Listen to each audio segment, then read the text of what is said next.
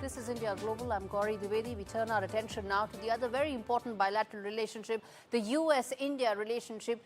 How will it get impacted as US President-elect Donald Trump comes good on some of his comments and promises he's been making the last couple of months. And in fact, the latest commentary that's come in from the President-elect is also that if they tax us, we tax them as well. Speaking along with his Treasury Secretary, Donald Trump made it absolutely clear and pointed out that India, in fact, puts out some taxes that are as much as 100% and then asked that should America also not be taxing you Indian goods. Now, what does this mean? Remember, in his first term also, he called India tariff king. He also removed the GSP, which ensured that over $5 billion worth of goods which were under the tax-free domain that shelter was taken away from Indian goods. Now, what does that mean in his second term? Will he come good on some of these promises, or is this election rhetoric which may not translate into actual policy when he comes into Oval Office? Remains to be seen, but one thing is certain, that how will India move ahead in terms of its trade relationship and its strategic relationship could really be the cornerstone of its policy with America. To talk more on this, let's get in Jayant Krishna, who's a senior fellow at CSIS, and Ambassador Meera Shankar continues to be with us as well. Thank you so much, both of you, for taking out the time. And Ambassador Meera, let me start with you, ma'am. Some of these comments that the President-elect had made, it is a carryover from what he did in his previous term as well, but the commentary is not just more regular, more consistent, but even sharper, as some would say, that, he's actually said 100%. He also pointed out BRICS. In your assessment, how do you see this in terms of after he takes over office come 20th January? Look, let's wait and see what he actually does. We've seen the rhetoric on China during the campaign, where Trump said he's going to put 50 to 60% tariffs across the board on all Chinese imports into the US. And now he has said he will put 10% additional tariffs on Chinese imports. We don't know additional tariffs if it will apply across the board or it will apply only to the goods which had punitive tariffs imposed earlier, but it's a far cry from the rhetoric during the campaign. So let's wait and see what actually happens. Yes, there is certainly ground to believe that there could be increased trade friction, as there was during Trump's first term.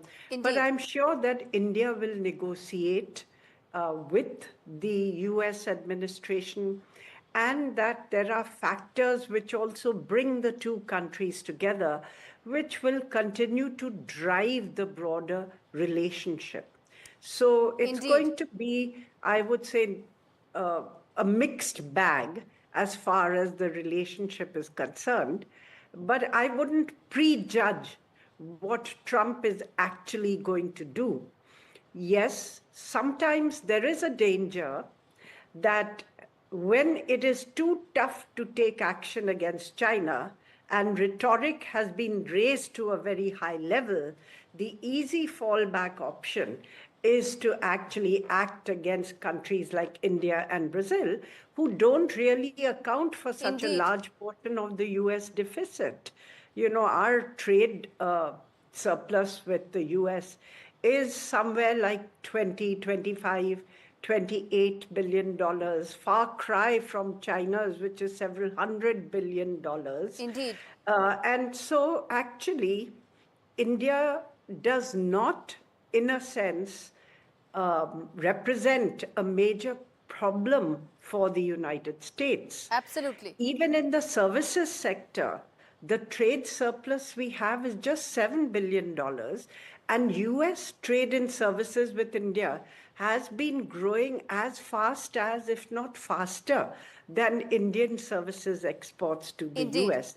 So broadly balanced trade, not a threat to the US, and our service exports actually help the competitiveness of US companies. That's an important point you've made, ma'am. And let me get in, Jayant Krishna, on just that. Two aspects. One is how much of this would actually translate into policy action, and if Mr. Trump does find himself into a corner in not being able to fulfill some of his China-centric promises, will he probably double down on countries like India or the BRICS back totally, excluding China? And how much of the Trump-Modi bonhomie could actually insulate this trade relationship? Let's take them one by one. First, how much of this do you see that translating into policy action? So, Gaurie, if President Trump's last presidency is any indication, he did increase the tariff on certain category of steel exports from India to the US. So he's capable of doing that. But fundamentally, I believe, I think during elections, the kind of promises he made, or even post-election results, what he has been saying, I think it's more for posturing. I don't know much of it. How will it see the light of the day? Because at the end of the day, retaliation of, if India has a higher import duty on some of the US, of the stuff we import from the US, and if he wants to retaliate, it doesn't work in the global scheme of things. See, everything is up for negotiations, and other is, see, different countries have the competitive advantage in different product categories and different service categories, right? So this kind of a retaliation doesn't work. See, what intrigues me is, in a world today, in a global order where multilateralism is the requirement. Trump always puts this America first and to hell with the rest of the world. So I think that is something, that approach, I hope it changes, and he has good counselors and advisors around him who say that, in international affairs, that's not the way things work today, right? And I mean, look at any product. For example, let's look at iPhone, which is an American company. China manufactures a very, very large component of the global iPhone manufacture of global iPhones globally. Mr. Krishna. India is also emerging as a major this thing, but they do it in China and India not because they want to oblige us. They do it because it makes business sense for US. I understand that, sir. I understand that there is good business.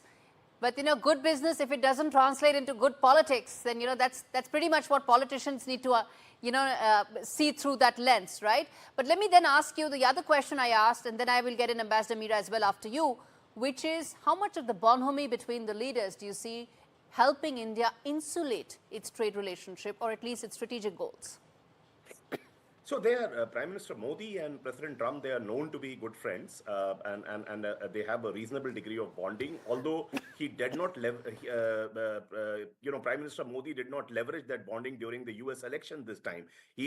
Wisely so, he maintained an arm's distance. Unlike the last elections, where he actively sort of campaigned for Trump. So I think I have a feeling the bond that they have would come to India's advantage when Prime Minister Modi negotiates that with the US. And much of these things, I think, are mere apprehensions. It will not happen because even American industry would not accept, right? So tariff is one thing, the visa regulations, these kind of things, it's okay for electoral posturing, but I don't see much of it happening, and much of the damage, which, if at all such a thing happens, can cause to India. I think much of it could be prevented by very, very smart business negotiations over tariff, over import duties, and these kind of trade issues. Let's get in a quick view from Ambassador Meera on that how much of it can be insulated due to the bonhomie between the two leaders. Look, it helps to overcome hurdles in the relationship when things get stuck. If you remember last time, the action that Trump had taken was tariffs on steel and aluminium imports from India and a whole host of other countries around the world. We were part of that package. He had withdrawn GST for certain categories of exports to the US, and also tightened the H-1B visa process. But it is US companies like Microsoft, like Facebook, like IBM, who are the biggest users of H-1B visas. And actually, if you look at the Indian employees on H-1B visas, they are really at the much upper end of the salary scale in the US, filling technical gaps which the US finds difficult to fill at this juncture. So it really helps the competitiveness of US companies. Then we had negotiated, we had bought oil and gas and planes from the US, and, you know, to some extent that had ameliorated some of the trade friction. So I'm sure that now too we will discuss these issues pragmatically in the hope that we can arrive at some bargains which are mutually acceptable to the two sides. In the broader framework of things, I think there is the China threat, which Trump focuses on, which brings India in as an important balancer along with the US in the Indo-Pacific. And of course, there is the growing defense and security relationship. Indeed. So there are factors, as I said, which also help to bring a broader context to the relationship, though Mr. Trump has in the past not allowed alliances to come in the way of Ambassador his Meera, I trade couldn't agree actions. more with you, ma'am, but there is a time limitation, and I'm sure that we will continue this conversation again, given that tariff is almost the second word that President-elect is now saying, and you know, these days. Thank you so much, both of you, for taking out the time, speaking to me on India Global. With that, we're completely out of time on this edition. Thanks so much for watching.